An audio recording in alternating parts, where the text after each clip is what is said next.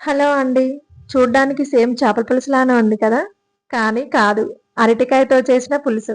Taste మాత్రం same చేపల పులుసులానే ఉంటుంది. అరటికాయ ముక్కల్ని సేమ్ చేపల్లా కనిపించేలా కట్ చేసుకోవాలి. తర్వాత అరటికాయ ముక్కలకి ఉప్పు, కారం, అల్లం ఎల్లిగడ్డ పేస్ట్ పట్టించి ప్యాన్‌పై ఫ్రై చేసుకోవాలి. ఇప్పుడు మసాలా కోసం ఉల్లిపాయలు దోరగా వేయించుకొని, ఎల్లిపాయలు, జీలకర్ర వేసి మిక్సీ పట్టుకోవాలి.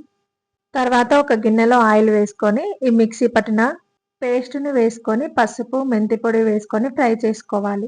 ఇప్పుడు చింతపండు రసం కూడా వేసి, పులుసుకు తగినంత ఉప్పు, కారం వేసి బాగా పులుసును మరగనివ్వాలి.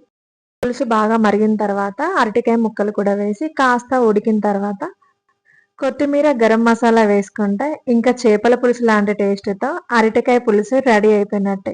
వెజ్ మాత్రమే తినే ఫ్రెండ్స్, ఇంకా చుట్టాలు వాళ్ళ కోసం ఇట్లా డిఫరెంట్‌గా చేసి పెడితే ఎట్లుంటుంది? మస్తుంటుంది కదా!